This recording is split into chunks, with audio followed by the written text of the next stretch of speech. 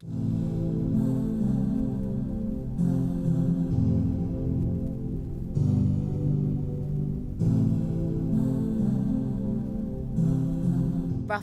every week I apply for 20 jobs.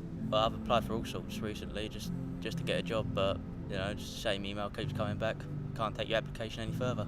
If I were a politician, I probably think that, it was all down to the teenagers' fault for not being employed because they're not showing enough commitment. I have been around people who have shown a lot of commitment.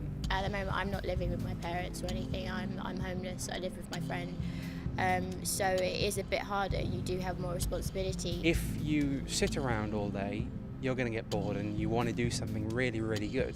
Being employed, it gives you more the chance to express yourself as a person. You go out with people, you interact. Can't socialise because I don't have any money, just frustrated, bored. Not having a job does it's kind of saying to me that you're doing something wrong.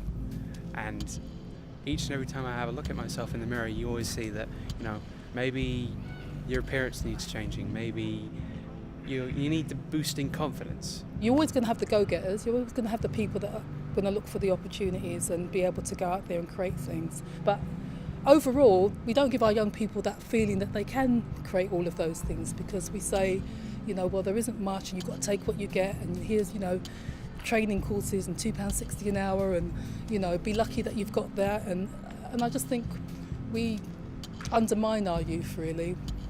I think they've probably got a lot more to offer than we kind of make use of.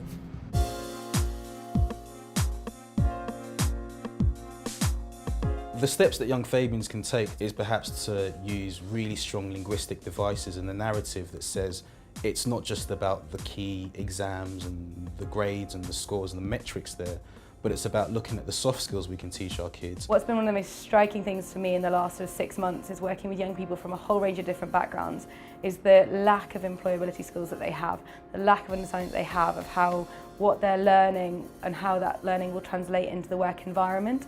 And until we tackle that and give young people exposure into the working world and prepare them properly for it, we're going to continue to see this problem growing. This idea of work capital. A lot of young people are trying to find jobs, but they need the simple support of doing things like helping them out with CVs, basic skills that we often take for granted, like punctuality and being able to sort of articulate the way you're feeling and to work in a team. We need funding in place to, as much as possible, remove the barriers and the hurdles that these kids have to overcome. You need to have people that make those bridges. You need to invest in those organisations. This government, as in this Tory-led government, has decimated youth services in this country.